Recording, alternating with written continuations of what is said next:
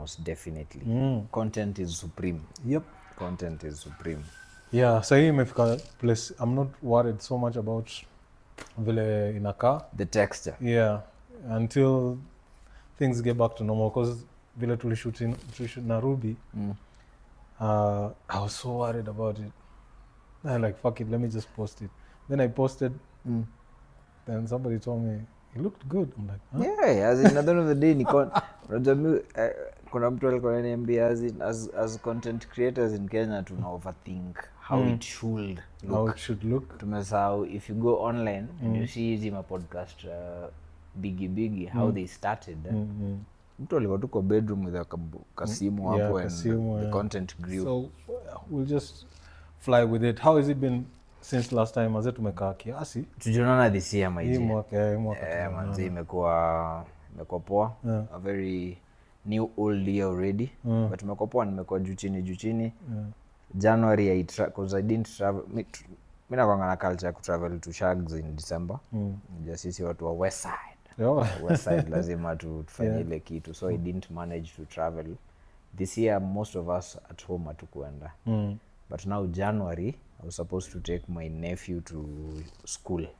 He was joining the school that I was 20 years ago, manze. Wow. Back in the West, Butula boys. Unafeel kama mzae kiasi. Manze nilifika hivi. The uncles. Nikiwa hapo sasa ndo na load manze, and then niko like, bro, manze nilikuwa hapa 20 years ago. Yeah. I was like, damn. Ulipata any teachers walikuwa? I think 2. Yeah, I think ulikuwa na wawili, but hawa swali walikuwa na admit watu wengi, karibu 800 form ones. So unaweza imagine how it was a very hectic day. But nilikuwa proud at least kwenda huko kuona things are moving. Yeah. It was okay. Then I've been home in Shags for like 2-3 weeks. Cool off to your pressure ya January. Me nilikuwa lucky nikaihepa from Nairobi. I was in the West. Yeah. And then I came back 2 weeks ago. Nice. Yeah. Mimi nilitoka huko 20 what? Was it 27th of Jan? Of December. Nilitoka si huko kutoka kwetu cha kwetu. So hiyo period hiyo December nilikuwa huko for a couple of days, maybe 5 days or so. No, less than that. But I had a good time. It's I had a good time. Always fulfilling. Met which I forgot to talk about on the last couple of pods we've had. But maybe nitashutio nini session yake. Yeah, session yake cause I ran into a couple of people. First I ran into a fan. The hotel I was staying at, the guy at the front desk was a huge fan. So it made it very, I don't know how to put it, awkward, because he was like telling everyone like, you have no idea who you're talking about. So my cousins are there like, yeah, like my cousins like, hey, this guy, wait, can you? Hey, yeah. So I was like, it was very uncomfortable. Then the next day I ran into Jambi. Kuikai. Fire Mama. She was doing a gig actually that side, and then she was going to your side. Alikuwa na gig, was it in Luanda or Kakamega? Something like somewhere that. There. So as I'm dapping her like this, now my cousins are now more intrigued now. Like, what is going on? Like, who are these people? Like, this is Zach. Yeah. But unajua Zach unakonga, all the time, I think tukikuwa kwa spaces mi ukupatia flowers nakonga like, this is DJ Zach, the legendary DJ Zach. Bro, when I'm Mwaf, muli shift the culture in terms of how us guys consume Kenyan hip. Not hata Kenyan hip hop. In terms of how us guys consume hip hop. General. Because wewe, Mwaf and Dan Olo. Dan. Mi usema the three of you guys. Shout outs to Dan, yeah. Maze salute Dan Olo. Yeah, you guys will play a very significant part in most of my generation venye tuli consume hip hop. Because kuna ile tulikuwa tunajua Tupac Big nini, and then ukisikia wa FM uko like manze anazona cheza some very dope. Yeah. I know you ni Eric Salmon, but mimi sijaisikia hiyo. So that guy made my cousins, my sister, they just looked at me differently from that time. And then I don't know if you remember, there's an episode we shot where we're talking about Lupita. And I was there shooting my shots, and then the ladies just put me, yani wali crash nini yangu yani. Wako like Wali crash to the nilikuwa na feel vibaya. So while I'm in Kindu Bay, my cousin tells me like let's go to Kisumu. So I'm like, what's going on in Kisumu? Havia kuna kitu na deliver mahali, wacha tufike hivi Kisumu.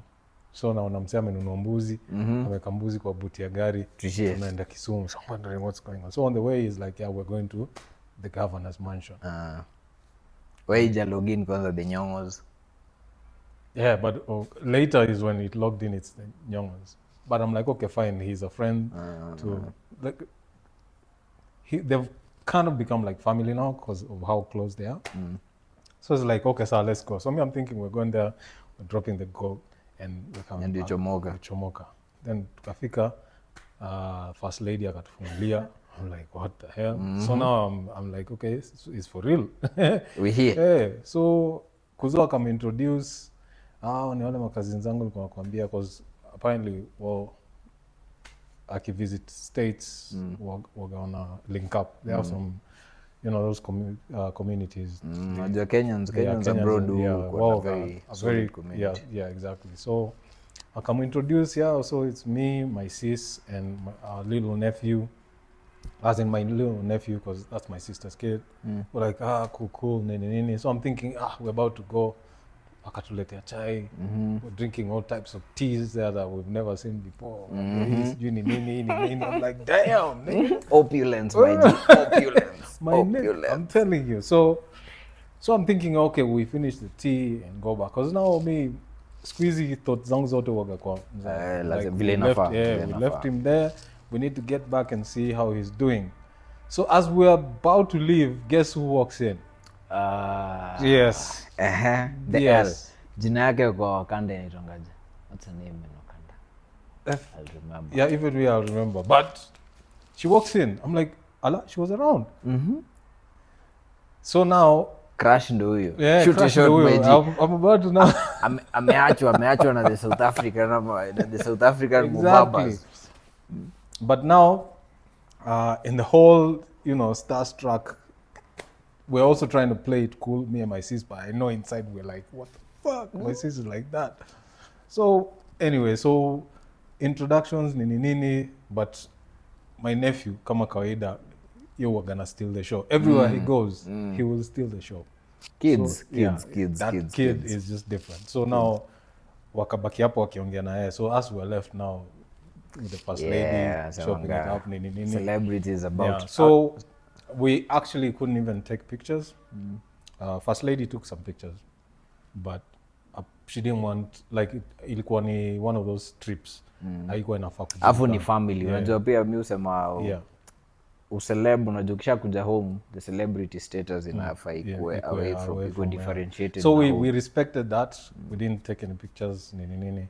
But I was like, later on is when I was thinking, vile wale mademo alini shut down yani. What if I was to like... But the fact that unajua kuna shade ingine, you don't even have to say anything ama to show a picture. Where deep down uko like, I'm like, ask as a fam. Because over there we were playing it cool. You know how I am. But see what I watch. Yeah, me I always play it cool. Like I'm, you're easy. I'm easy. But as soon as we walked out and got into the car, we're like, I was Wakanda forever, buddy. Like, so Ruby, Corinne, it is what it is. You know what I mean? Like if it's now closer than you think. Cousin yako ta attest to it. Yeah. So it was dope. It was a dope experience. Like me going Shags that December, it was a dope experience. Bro, me hang out with Pops, doing all types of crazy shit. Nakonga fulfilling. Nilikuwa naona mapicha zako niko like, man, like FOMO. So there's actually a video I shot while I was in Kindu Bay.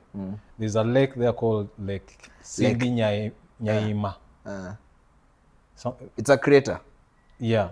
I was there like just juzi tukitoka, there's a friend of mine who lost the brother.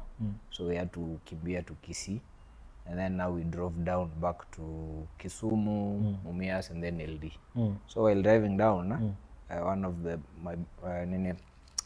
boys wa beste yangu alikuwa ni mtu huko, alikuwa baki niaje by the way huku unaendanga kwa tourist attraction fulani hapo, it's a crater nini. So I was like nimeochi kitu somewhere online and then nikakumbuka Zach kwao ni mali huku because I saw you.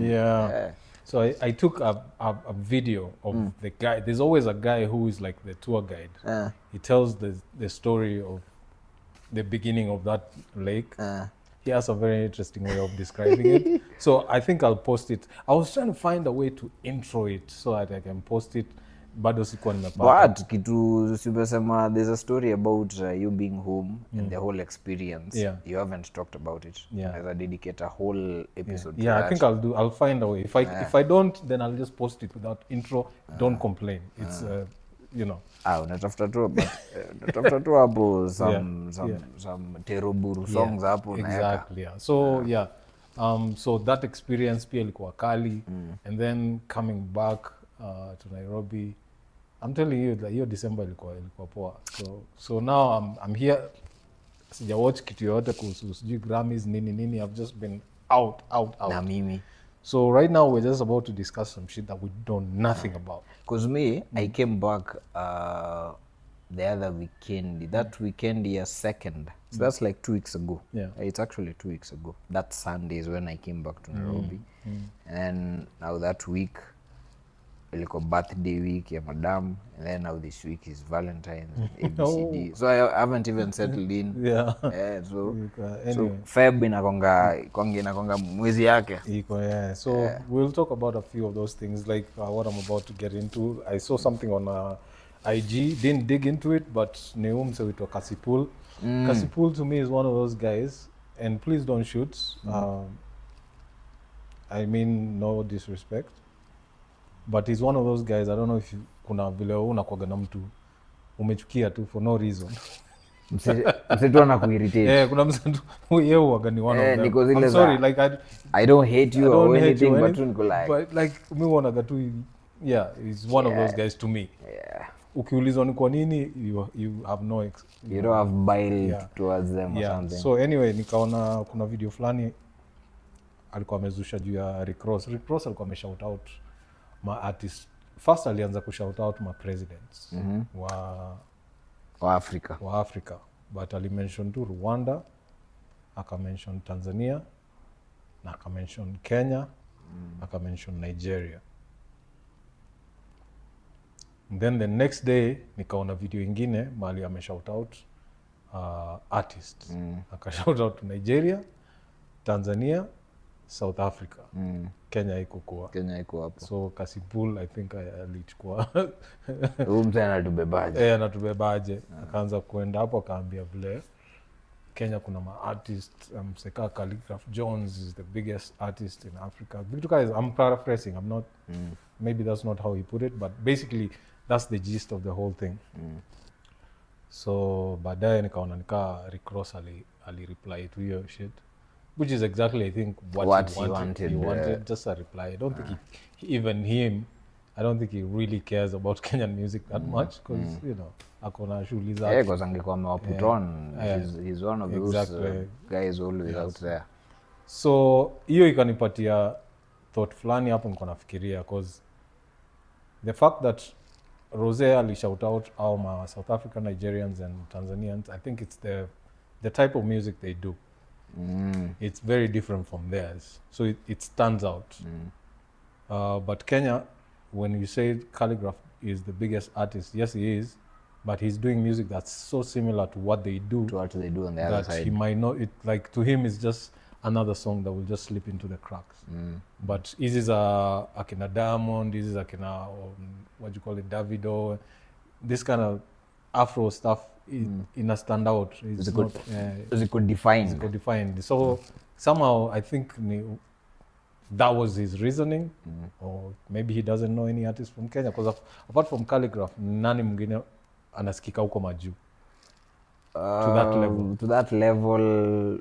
We will go back to Sauti Sol. It's Sauti Sol. We have to go back. But even to with Soul. them, they haven't hit.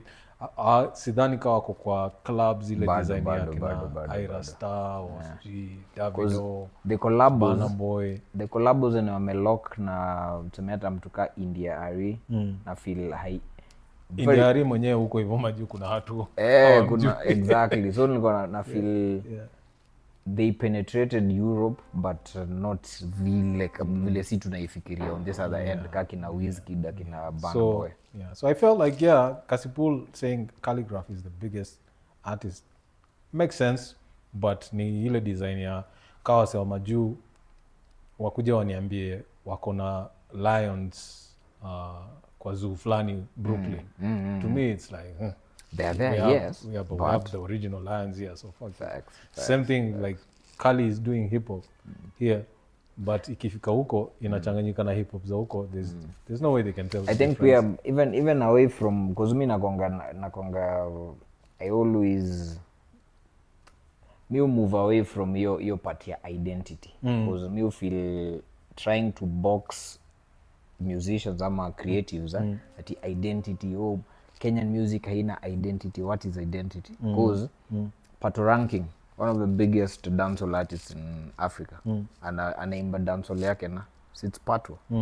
Same thing as in you put Pato Ranking and Red Sun on the same track, it's fire. But hatutasema manze Red Sun ana sound kama mtu wa Jamaica but Pato Ranking ni mnoma. So I have a feeling it's not even about the style ama the authenticity. It's an issue of structures. The most unstructured and disorganized industry in Kenya is the Kenyan entertainment industry. Kwanza the Kenyan music industry. As in, there's no structure, there's nothing. Hata tukisema sawa Kali is the biggest, ni by him rapping na putting himself out there ndio imefanya akakuwa big hivyo. Si ati it's a structure and push to them. Because ukiona watu kama akina Wizkid ni akina Banky W, akina this other big boy anaitwangaje si Burna Boy, no, there was this OG guy mwenye you push the pieces. Okay. Unaona hapo sawa walikuwa na my godfathers who actually invested in the industry. So wali set up this is what us guys are doing, not record labels and agencies and nini, and then they fly people to different parts of the world to tap into, to spread the gospel. So wewe kani Zach, wewe kazi yako ni just write the music, make the music. Mimi nitapeleka muziki yako Rwanda. Vile itafika huko usijali. Mimi nitakwambia tu my G, wewe kuja Rwanda. Ukiingia Rwanda unapata like 100,000 people singing to you jam. Uko like market penetration. But now for us, who's doing that? No one. Akina Team Rimbuyi wana try, but 1 or 2 or 3 is enough. It's a whole ecosystem. So that's the problem. What about also artists like pushing themselves? Because kuna hii okay, I'm going to probably touch a nerve here, but poleni, my aim siku zote haikuangi ku disrespect. I'm just kuna hii issue ya interviews as an artist. If you see like the industry is not developed as the other industries in the other parts of the world, and you need to put yourself out there, would you think like doing interviews with the least amount of ukichwa ngumu itasaidia? Because a lot of our artists ukiwaambia waende sijui mahali kudu interviews, kuna wale wanasema wafanyangi interviews bila kulipwa, kuna wale wana ni masters already wako na views. As in, so interviews, me in terms of interviews, because tumekuwa kwa hiyo space for a minute, I nataka ni do interview yako to sell you. It's not the interview is not for me, it's for you. Like this brand is called DJ Zack. Tuna do interview about DJ Zack. So kuja tupige story tujue, so who's Zack, what's the journey, what's the story, what are the tales. it might be on my channel but the conversation is not about me, trust me. Consumer hata wakumbukangi ati Zak na Ondu alihost so and so. Watu wanaendanga hii, unakumbuka ile interview ya Kali kwa ile interview ya Ondu kwa ile interview ya nani. So na feel ninjas are not putting themselves out there that much.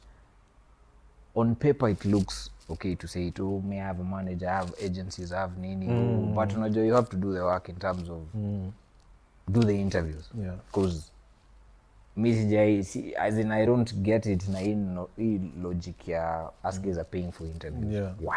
Why?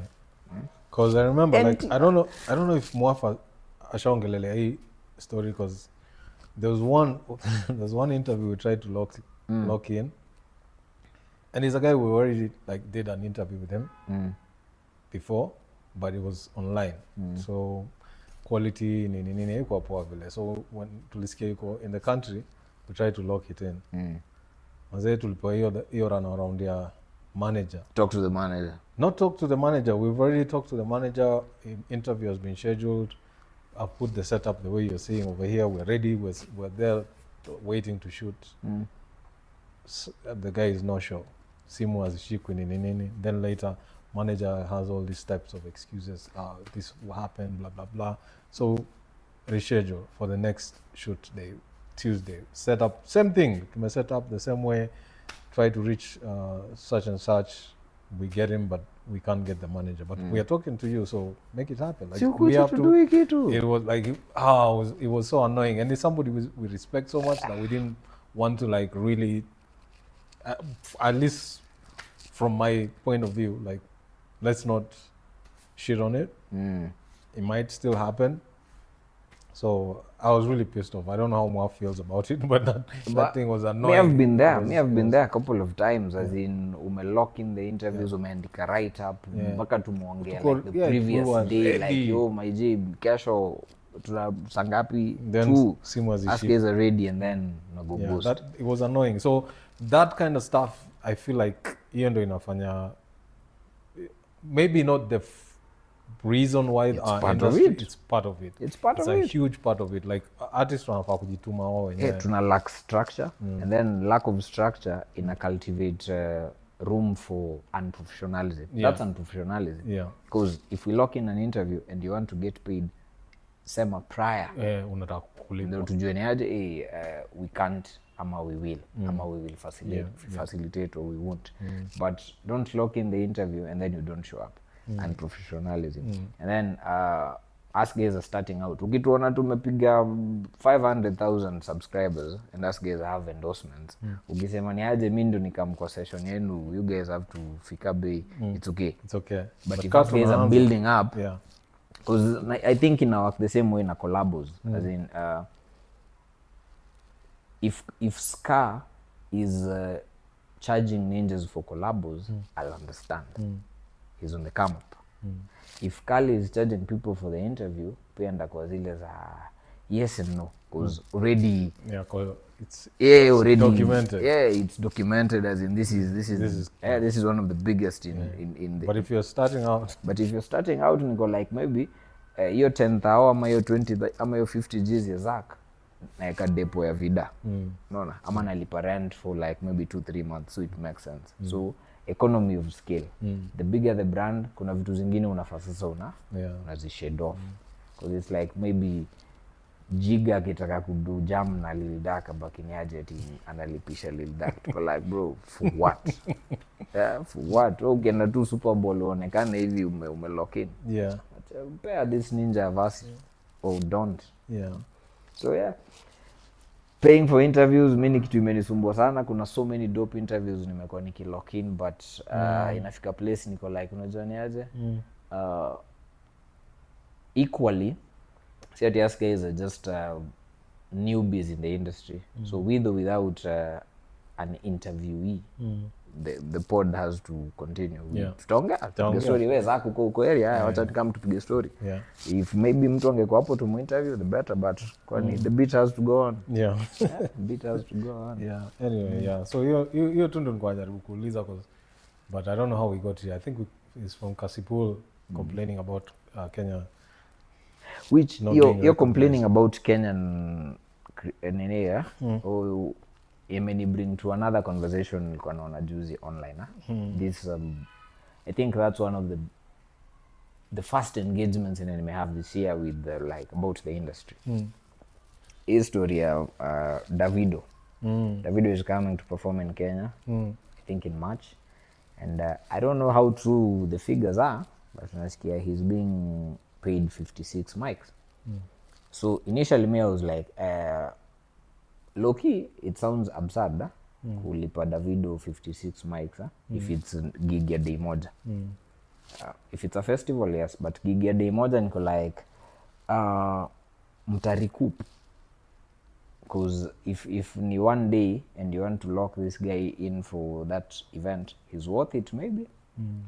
Itakuwa sawa, but ebu fikiria spreading that 56 mics to karibu 56 Kenyan creatives.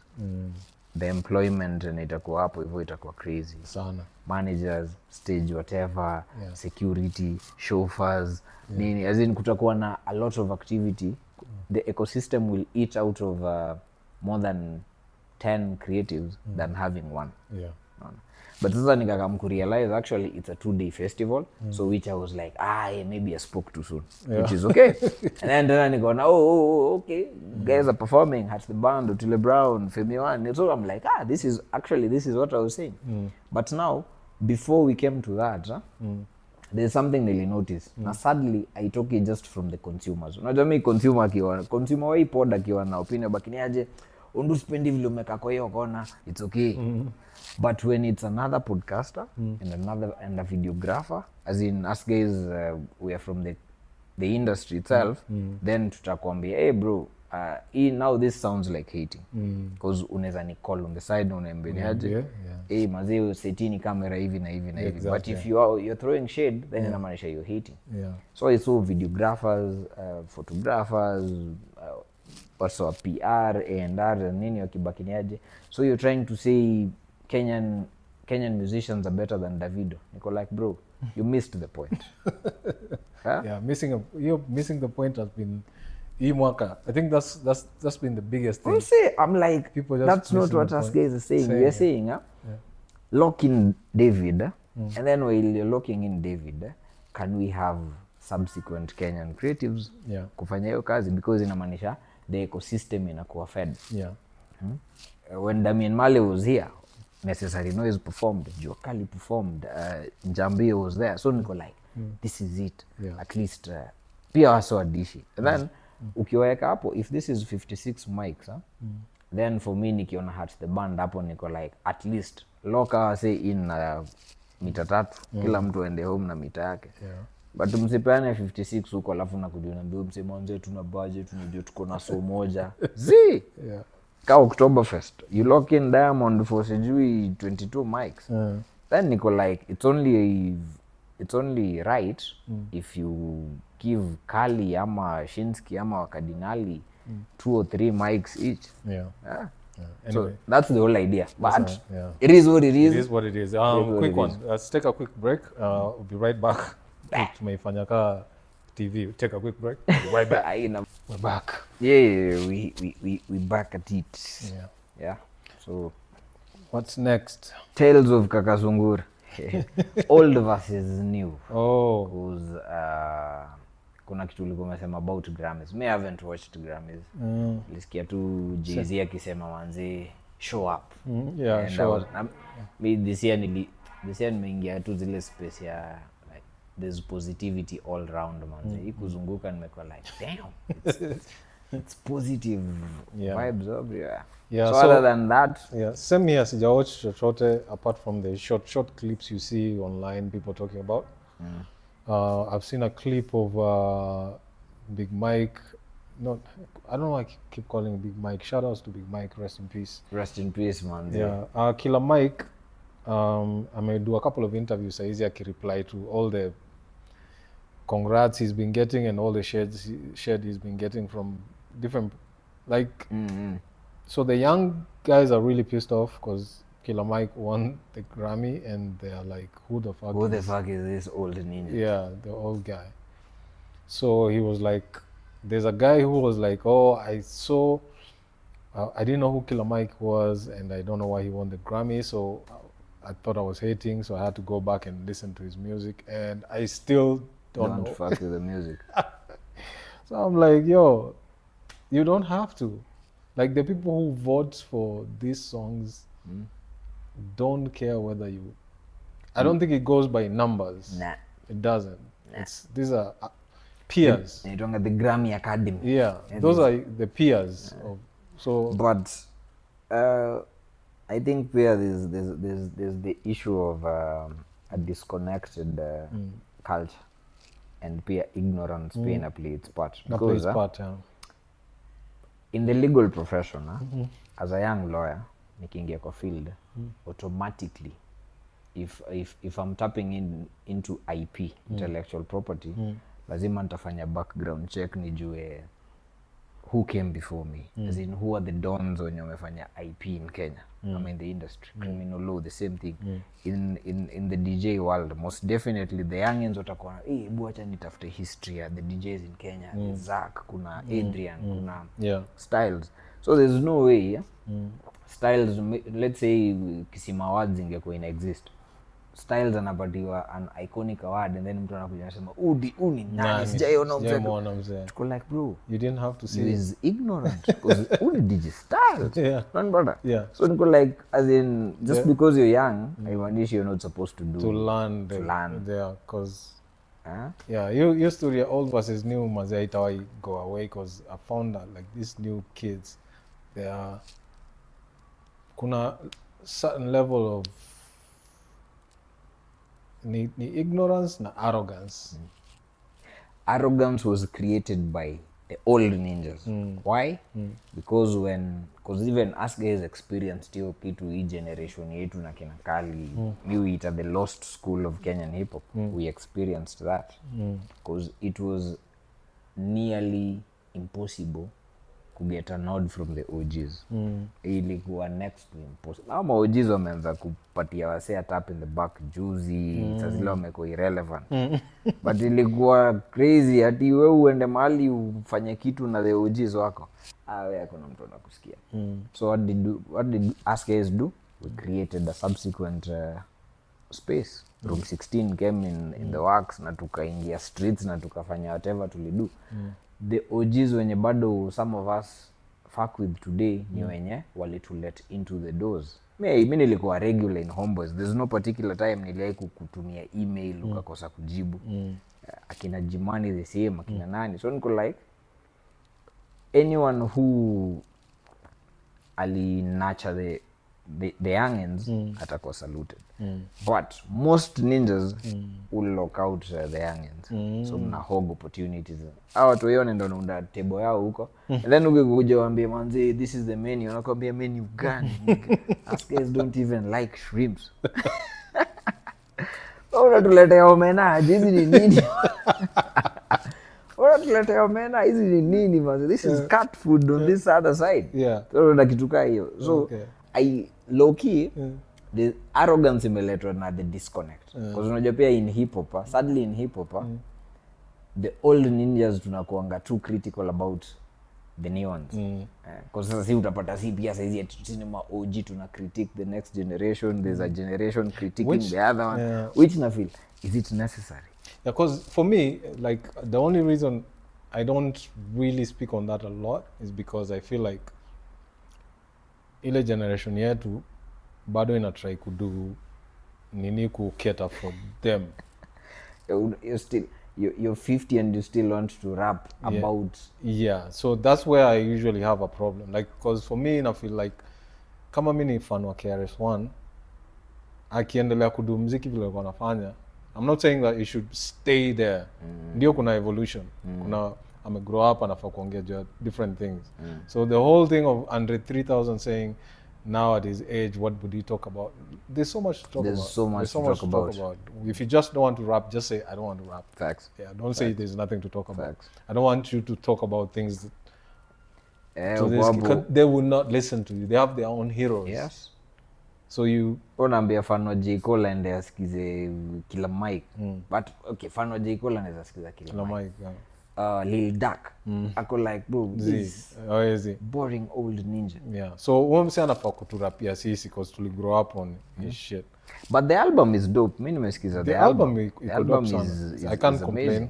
I can't complain. It's dope. Yeah. It's just that I'm thinking the reason why I can relate to that album so much is because the subject matter on that album is not ajaribu kuketa for these youngins. It's, you know. Na ukiapproach hivyo na kuunderstand because RS 66 had something to say about that last week on Twitter. Niliona akisema watu wazee wa hii mambo ya watu wazee kurap na watoto iishe. So nilimwambia bro, hii ni social commentary gani? Because I was like so Jiga asirap na Drake. Because Jiga na Drake wako na very big jam. J. Cole ako na ngoma one of the biggest jams last year na Lil Durk. Abbas na Wakadinali wako na jam. Yeah. I think because I think for me so because hata yeye mwenyewe nilimwambia bro, album yako Gangster Points iko na Brooklyn Boys. So what are you saying? Ndio sasa when you explain it that way niko like yeah, I get you. Like RS rap about RS things. Yeah. Brooklyn Boys rap about because even if you do a collab with some young cat, you can have a concept song whereby like you're exchanging points of view. Wewe ukiwa huko juu unaionaje, mimi nikiwa hapa chini naionaje.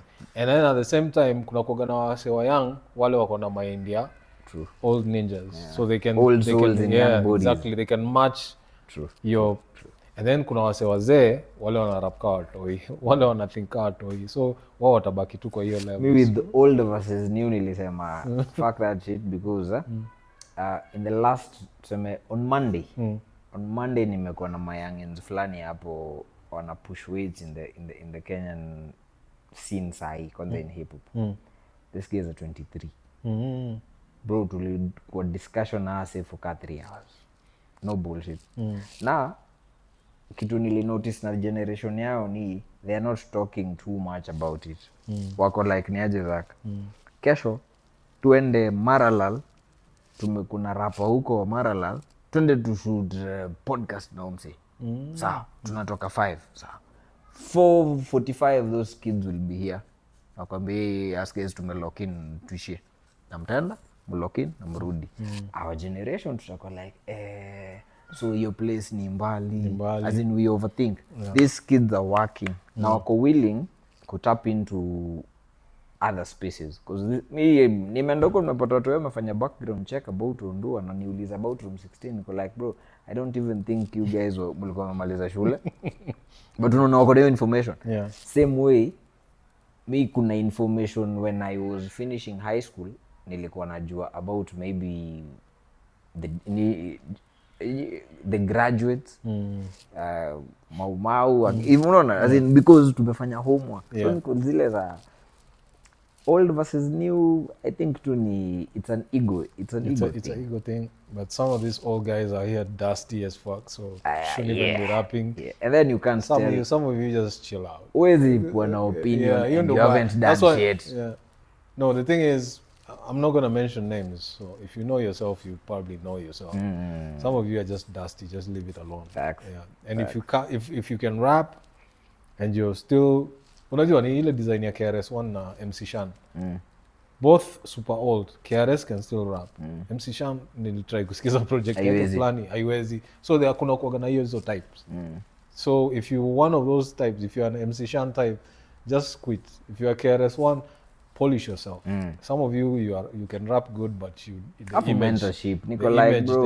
image you portray out here just no one is going to listen to your shit. I used to drive my pups, but before I drive my pups, my big bros, before I get DL and all that stuff, uko comfortable on the highway, uko na mzaya to drive, then uta switch na my broskis, and then once amejua so wako extremely comfortable, never used to drive. Hata ingeuko back left to chill. And then once mimi nimeingia kwa streets najua ku drive, niko comfortable na highway, automatically wewe ukiingia pale unapata kila mtu amekaa driver seat iko open. So nurture the kids.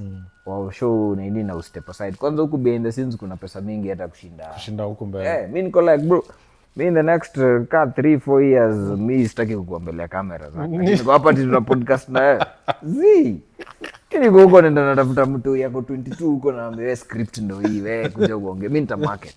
Ama yeah, that's the hivyo ndio inafaa bana. Get the next generation on bana. But so tukutu hapo tumehog manzi si ndio the realest wewe kwenda huko. Real ilipi. Real ilipi manzi. Na watu wengi washenzi watakuambia ni ukishaongea unakuuliza so what are the figures? Your manager ask this guy what are the figures? Kaa kuna figures wanaenda wakusikia wanaenda wewe kwenda huko. Damn. Anyway, msijali tuko hapa juu ya na kitu kiasi.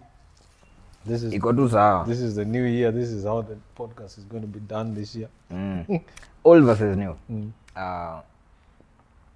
I saw a bus cost na Kali.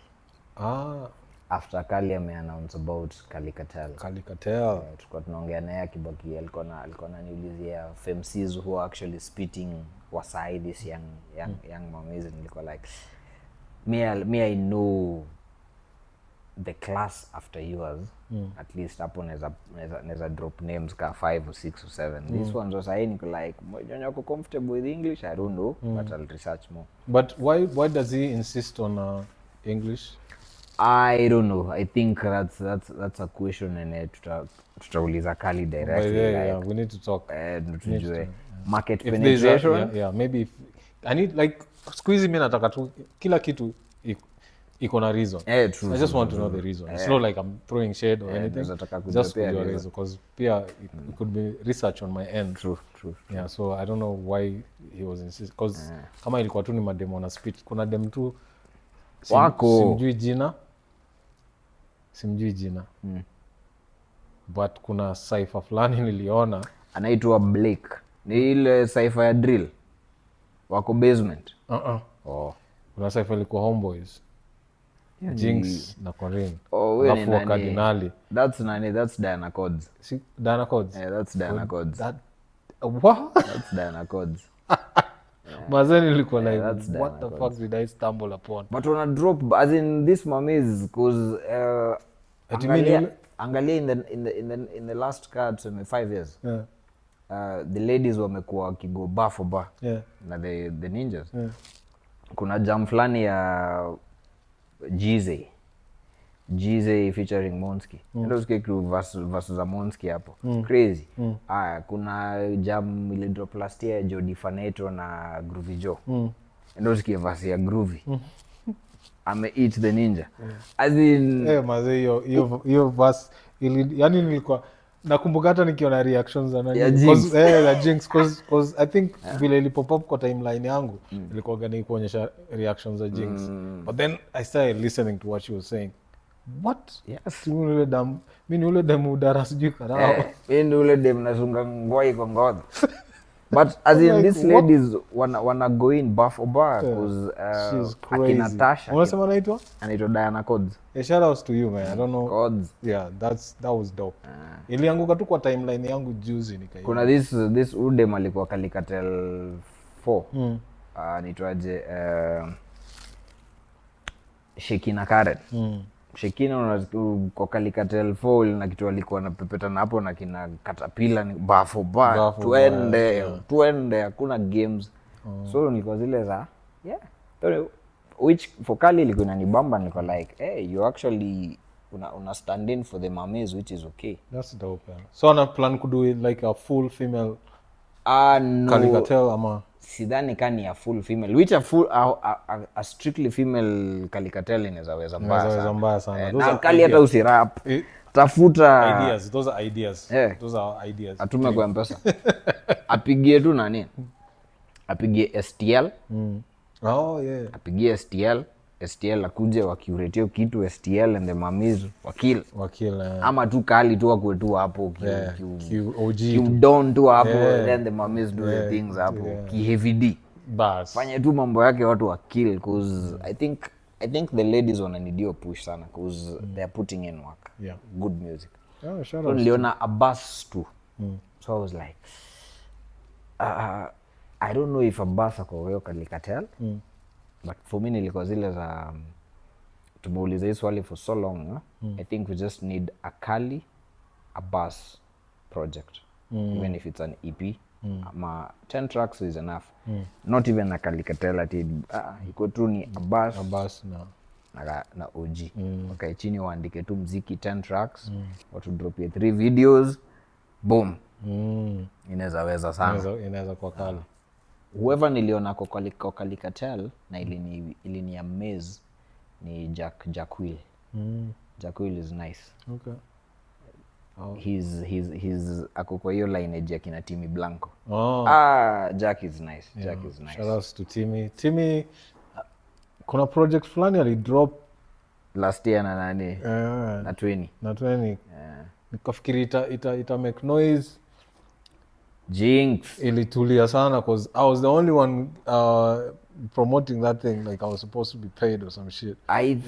Jinx and Timmy. Jinx what's going on? Timmy. I think Because I promoted the hell out of that. Because Bad Habits is my song. Hiyo siwezi hata kudanganya. That's my jam. And I've been having problems with how people are dropping projects in the 254 in recent years. Kwanza hip hoppers. Mna project noma, very dope album. And then ikisha uploadiwa DSPs, share for like 2-3 weeks, and then wanachana nayo. Like bro, hiyo si roll out. Hiyo si roll out. If you want to know what a rollout is like for hip hop that's not even like mainstream, go check out Cost Contra. Yes. Cheese. Yes. Check out say wamedu song wakadrop video ikidrop hivi wana drop a breakdown of genius. Yeah. Yes. Wana drop a breakdown. So there are 4 members. Every week one member ana breakdown verse yake. Roll out. It's a proper rollout. Roll out. See to share, check the link. Because there's spamming and there's marketing. Kwanza spamming. I need to speak to some friends of mine about spamming. Please don't. Please don't send your links directly to my WhatsApp. I won't even check it out. Kuna wase ufanya hivyo because how I do my podcast, I just put the link on my Twitter, Facebook, Instagram. If you can't find it there, then we see fun. We see consumer. Yeah, you know the but target audience. Ile ya kwenda directly kutumia mtu kwa line yake, I feel like it's so intrusive yani. Yeah. Because I'm online. Yeah. Trust me, ukipost nitaiona. Just post it online because my inbox is for other things. Ni familia, there are things I'm doing that, you know, aziko involved na messages zinaingia hapo usiku mpaka unaulizwa what's going on? Please stop. Like I'm begging you guys.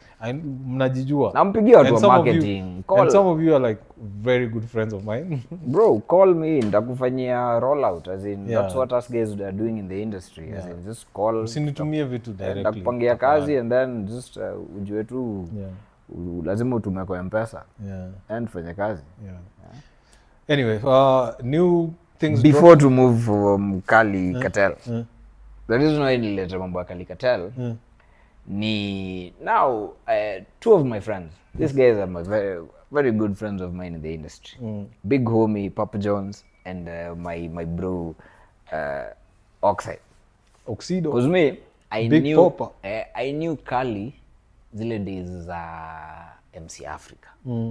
I used to think Khali was a skinny ninja. He was. Then as in but he was skinny but bado alikuwa mbigi. Because sasa tuseme breeder when alikuwa bado tu ni mtu mbigi.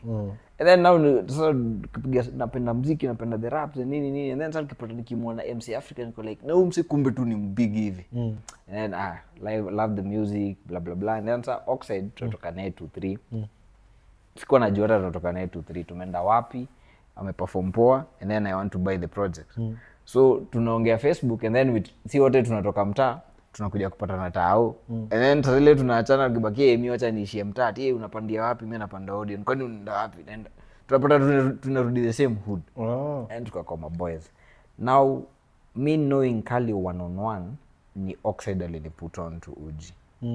Time walikuwa na do ile project Undisputed Heads nikifanya Room 16 and nini as in hivyo we twende nini itoje Jiganji, twende big beats. So hiyo kupatana all the time tukaanza kupiga mastori tukakoma best.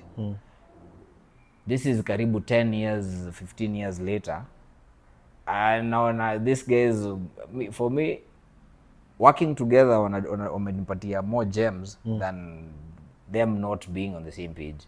So Oksyde drops a freestyle na hii mambo ya Khaligraph imekuwa ikikam so many times. He was supposed to be on Khaligraph. I don't know what happened to the verse. Nini. Blah blah blah. So me alikuwa mwanzo Kali ametoa verse, nikabaki no. Usipost online. Call your G. Unanipata? Yeah. Si tukiona issue ndakukall be Zack manzi. But ukiona online inamaanisha then nime-intervene karibu I think once or twice. Ikafika place hata kuna day Oksyde na nani wameniput on spot on Homeboys na Ruby. Wameniput on air mbaya sana on blast. Hata Ondu na so nilikuwa like mimi Kali ni best yangu, Oksyde ni best yangu. When you guys are working together is powerful than not working together. So bam, Oksyde sends me the link. Mimi nasikia hivi, kitu ya kwanza nasikia ni hiyo manze ulitoa verse yangu kwa Khaligraph. I'm like what the fuck. The next day 8 p.m. in Nairobi drops. Kali ame get back, niko like what? So hii tunaanzia wapi? Jam zote ni noma.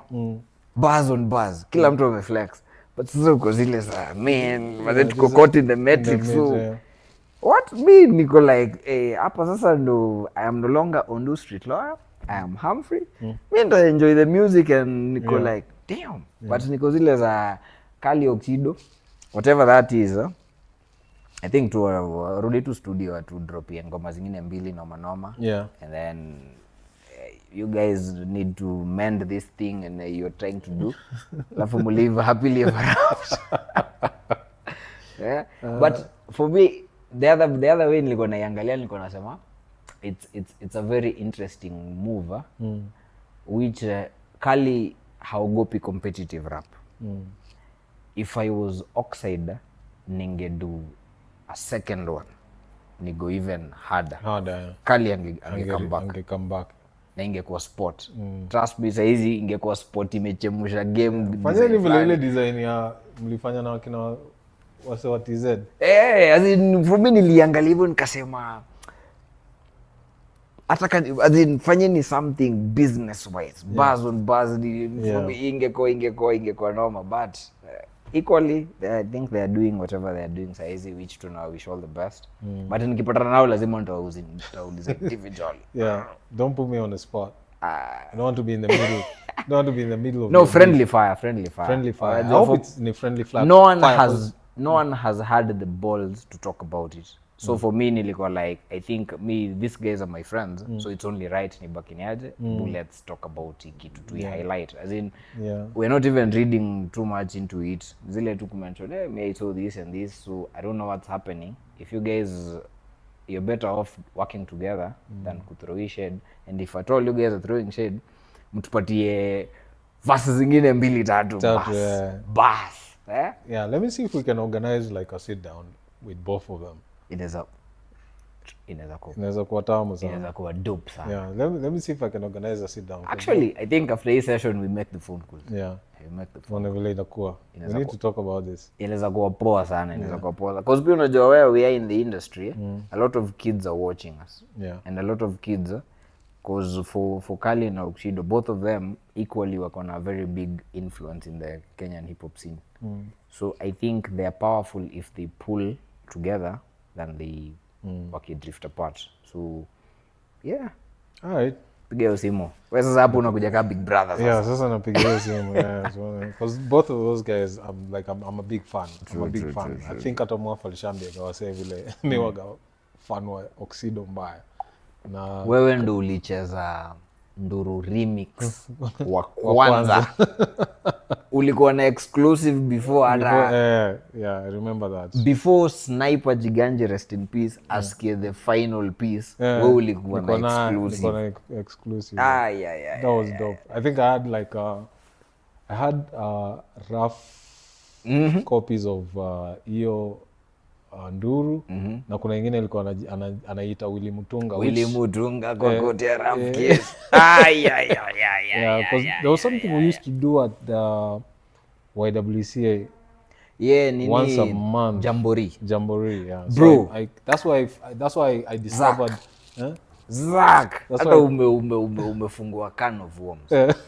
One of the best, what was supposed to be, hiyo ingekuwa our Kenyan underground blankets and wines. Because unaona what Boom Bap Click are doing saizi, that's what Jamboree was supposed to grow into. Yeah. Manze niliuliza kina Oksyde, mbona hiyo kitu ilidai? Because ilikuwa safi as in place mnaenda. Yeah. I think I know some of the reasons which I can't say here. True. Because it's business, man. No, it wasn't even business. It was not on the part of the organizers, but whoever was sort of like supporting and funding. Yeah, because I think they used to work at the Y. So once their ties were no longer with the Y, I don't think it could continue with the new people that came in. So I think it was speculation. I don't see it in Ikona. Jamboree was fire. It was a good, and then it was like next door to where I was living. So nilikuwa navukisha equipment juu ya nini kwa fence. Alafu unajua so many people wako my experience Zach kwa grao. Wasenyo walikuwa wapi? Yes, but kuna hiyo time wase wengi walikuwa tunajua Zach. And then now Jamboree but boss Zach kwa hapo. Ilikuwa vibe, ilikuwa tu yani fence ilikuwa ina divide venue na mtaa. And then nani alikuwa manze point blank. Shout out to Point Blank, hip hop MC today. Yeah. Point Blank is just the but it was akina Oksyde, asanteni for your experience, man. Nilikuwa nimesahau, niko like damn. Actually, I need to highlight at Point. I met him at that Hip Hop 50. Yeah. I met him at Hip Hop 50. Tama nilimcheki nilikuwa nimeuliza hiyo time manze, nilikuwa like one, if Point Blank was okay kabisa, ange shut down your Hip Hop 50. Ingekuwa top sana. Even Blazer kukua. Blazer that time pia alikuwa I haven't spoken to so many people in a long time. I'll get in touch with some of these guys because imekuwa very long time. But iko sawa. Iko sawa. Anything else? Nothing much. It's dealer month. Dealer month. Watu wangu wa Boom Bap wanna organize something, I think on the 24th. We will be there. We will definitely be there. And I think it's closer to where I am right now. So I will have no excuse. Mimi nimekuwa manze for the last 2 years. Tumetu post COVID, I haven't been outside sana in terms of events and nini. And I think for me niko like, man, we are not down here for too long. So I'm in those spaces heavy sai. Like go.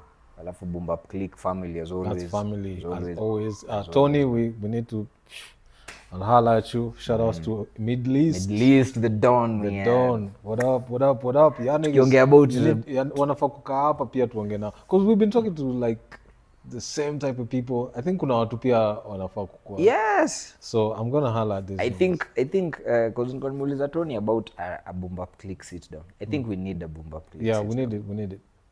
Na hiyo tunairoll hata for 3 hours.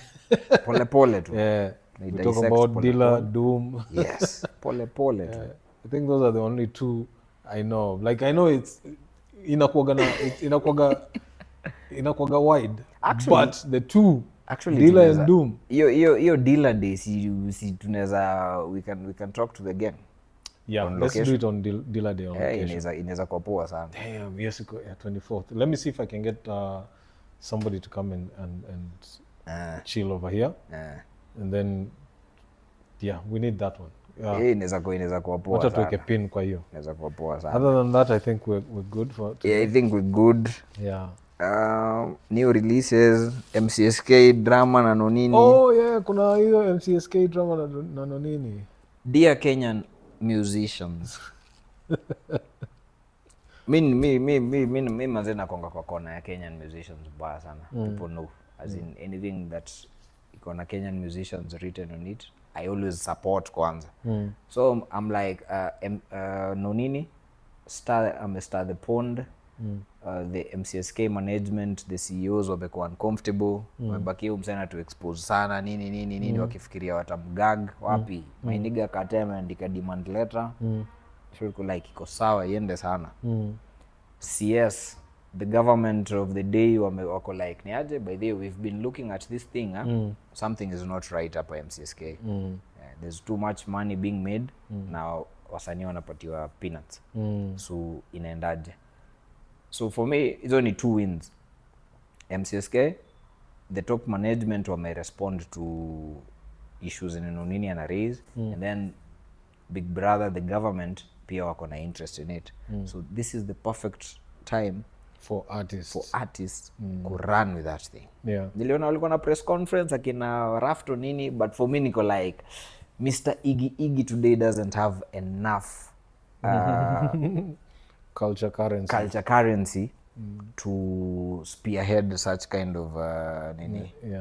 Cause Femi One, Oktu, Fena, BN, Kali of course, Otile, unaona Nadia Mukame, these are people wenye wakisema press conference ina go down ya MCSK kutakuwa na shutdown. So for me I was like, Kenyan musicians muko wapi? Msiache hii kitu iende. This is an opportunity for you guys to get paid. Get in talk. Don't let Eric Omondi come and water down the whole talk. No, msikubali hiyo kitu. So saizi mnafaa tu.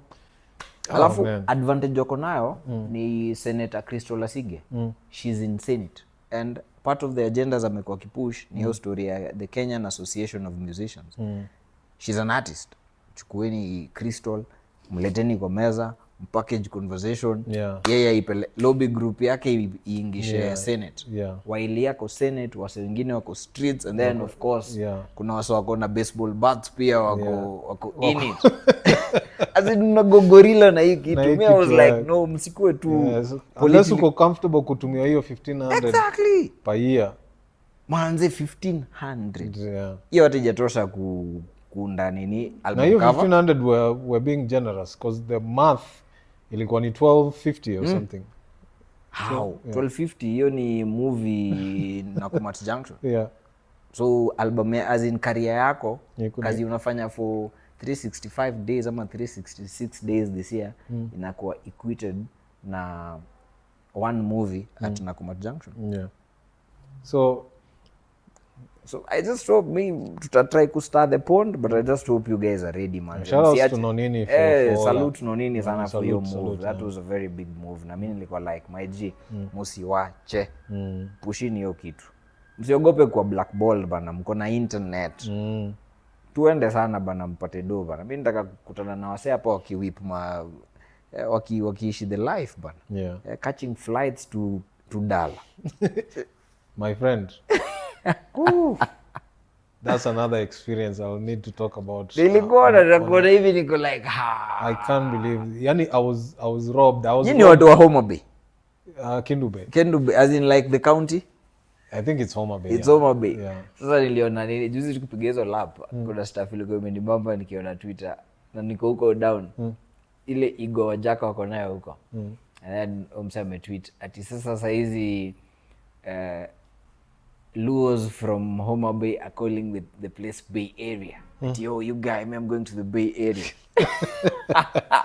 I'm like, hey, Homa Bay imekuwa Bay Area. But seriously, something needs to be done. KQ, you robbed me. Muli catch flight to Kisumu? Yes. And I was robbed while I was watching the robbery happening. Unaona this airstrip ya Kakamega? Cause nimepick my bro there a couple of times and even my sisters. The airstrip in Kakamega imekuwa too popular because of Kisumu International Airport. Why?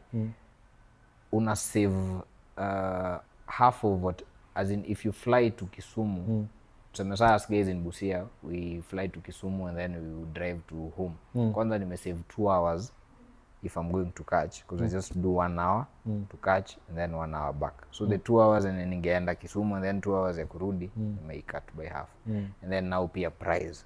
Ku fly to Kakamega, I think the last time was 65.50. Okay, fly to Kisumu, it's double the amount. I think you guys got double the amount at this time, right? In December it was a totally different ball game. But unaona hizi ni yes ni easy the propeller ish thingy, but at the end of the day niko like you'd rather do 45 to Kakamega and then it saves me an extra hour and an extra 6 Gs than I fly to Kisumu and pay karibu 15 ama 16 Gs and then drive 2 hours to home. We paid I think we paid about 22 and some change. Ona sasa. 22 and some change, and then we made it to the airport and they told me I was late. So imeenda hivyo. Yeah, so ilikuwa iende hivyo. So you book another flight. While they are doing that, I can hear the lady selling my ticket to some dude in front of me. She's selling 4 tickets. She's telling that guy, you are -4. Just wait kidogo, you'll get So kuna mchezo ilikuwa inafanya. Kuna mchezo ilikuwa inachezwa hapo hivyo. Hey, yo, that's serious. I was like, you niggas are lucky I'm here with Pops. And there's certain words I don't have. I don't want him to hear me utter out of my mouth. But wangekipata. But will you follow up? So I followed up. I tried to cause some drama, and a guy pulled me aside and told me, at this point, you can't. There's nothing you can do. Just instead of the whole ticket ipotee, wenda tu nje useme what do you call it? Unachukua flight ya 9 o'clock instead ya hii ya 7. So uta have to pay like half. So I paid half. Oh. But it's still robbery. Still robbery. So basically my ticket, that's wrong. Your ticket ilienda imecost almost 33K. Yeah, that's wrong. I was like, what? Corruption. Nilikuwa na a whole plan ya kwenda Twitter. Twitter rant. Kufanya Twitter rant. But then I think things happened, nikasahau, then time passed. Then I didn't have the same fire that I had that day, because that day I was fuming. Unashaona vile ungeingia huko ulipuke huko bana. Vile bull wagaina nini zinatoka hivi. Like in the movie. Ilikuwa iko hivyo, because yo, these people are crazy. They are crazy. Imagine, so nimeenda nime book ticket ingine sasa ya 9 a.m. nikalipa hiyo half the price, right? But my flight is in the afternoon. In the afternoon. Yangu ya, because mzaya alikuwa anaenda asubuhi, mimi naenda afternoon. Because hiyo time ilikuwa kupata hizo tickets ilikuwa crazy. So yangu ni ya afternoon. So nikaambia mzaya, sawa wewe enda hii ya 9 instead of 7, tutapatana huko, because wakina Kuzo walikuwa wanaenda kumchukua huko hivyo. So mi nisha lipa hiyo half hivi. Msana niuliza, "Oh, wewe uko na 3 p.m. Si basi move zote zikuwe pamoja." Meaning nilipa another 11. I was like, kuna mchezo inaendelea huko. I was this close to like showing him the thing. Kuna mchezo inaendelea huko. Walikuwa na mchezo. I saw walikuwa na mchezo. Na hapo ndo for us guys tuko like ni venye tu pia tulikuwa na very silly governor. So Ojamong alituwaste for 20 years. But Kakamega Bungoma airstrip and Busia airstrip need to come back. Because ukiangalia ya in Kitale it has business. And the Kakamega one has business. So instead you fly to LD and then drive to Kitale, you fly to Kitale directly. Instead I fly to Kisumu and then drive all the way, you fly to Kakamega directly. So una imagine mtu when the Busia airstrips inaanza kufanya kazi, bro, we just fly to Busia and then the Bajaj Boxer mpaka home. Bajaj. Alafu saa hizi kwanza tunaletewa SGR to the west, bro. Serious? No, that's the thing. Hiyo ndio kitu nilikuwa nimeambia, I think nilikuwa nataka kuchukua coming back, but I was told it's only available on Fridays. On Fridays to Kisumu and on, is it on Saturday or Sunday back? I want to do that trip. Me, I didn't know. So I saw my friend traveling with it to Kisumu. Mpaka nikamuuliza, hiyo ni mimi naona uko kwa train unaenda Kisumu ati ni because VIP is 2 Gs. So I was like, hiyo ni experience mimi nataka. Na alikuwa ananionyesha the cabin, nilikuwa like hiyo cabin inakapoa, ni private, iko na place ya kudoze. I want to do that. This year bucket list lazima nipige hiyo trip with my people. Same. In fact, tunafaa organize na a few friends tuende huko hivyo. And then I think napiga hiyo trip Kisumu, and from Kisumu tunaingia West Side. Alrighty. It's been real. It's been emotional. We're back outside. It's 2024. It's easy. Haina vishasha mob. This year tutaki kuwa na mambo mengi. Kuna mambo mengi. One day at a time. Soon we'll vitu zitakuwa in line vipoa vile vinafaa kuwa. I've already spoken to Ruby and Corinne. So I just need to sort out a few things because me mazee nawapatia headache yani mara leo tuko huku mara kesho nimewapeleka. It's not a good thing. It's just that saizi sina otherwise. Hata saizi vile tuko hapa tulikuwa tuende mahali. Ilikuwa tuende mahali but then content is paramount bana. Tunaifanya wherever whenever. Yeah, so stay locked. Kutakuwa na vitu mob sana zinakam kwa hii channel, so don't worry about it. The lives will be coming back soon. Very soon. I just need something. Kuna kitu ndogo imebaki nafaa ku hook up. Nani tuna link up na yeye online ama nani wakazi I think tunafaa. Niko sure before I end the States atakuja Nairobi. Wewe wakazi ni aje, utakuja Nairobi ama ni aje? Nairobi kali wapigiane simu na wakazi wala. Itabidi akuja Nairobi before arudi Chicago. Because inaweza kuwa very good conversation. But hata kama ni online, we'll find a way to do it online in a way that works for everyone. Yeah. Si ile tu ya unajua.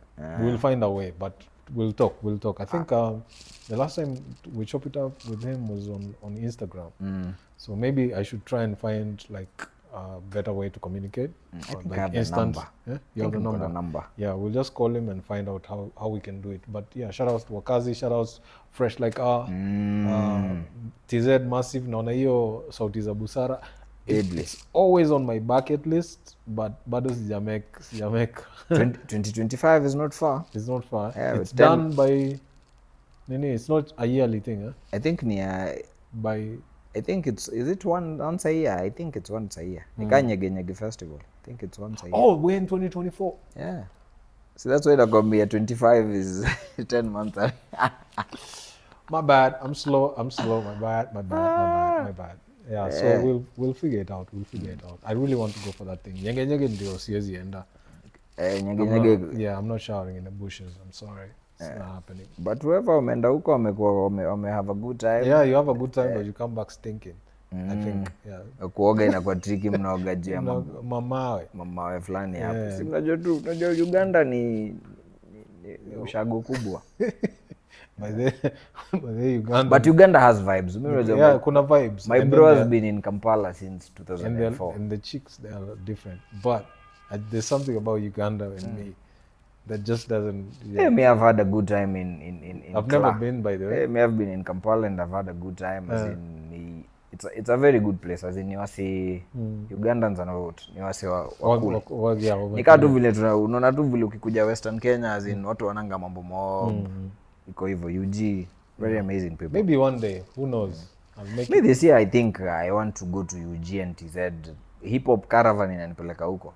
Huko because me hii mambo ya kungoja million man match haiwezi happen. Haiwezi happen. You have to do it easy yourself. Coach Kampala, kaa huko na the hip hop ezuko tupige story nini. Yeah. Then same thing, Mash Poa ama whatever it is, TZ inakuwa ni Tahamed zinaungua Mombasa Road. Peace out. We'll see you on the next one.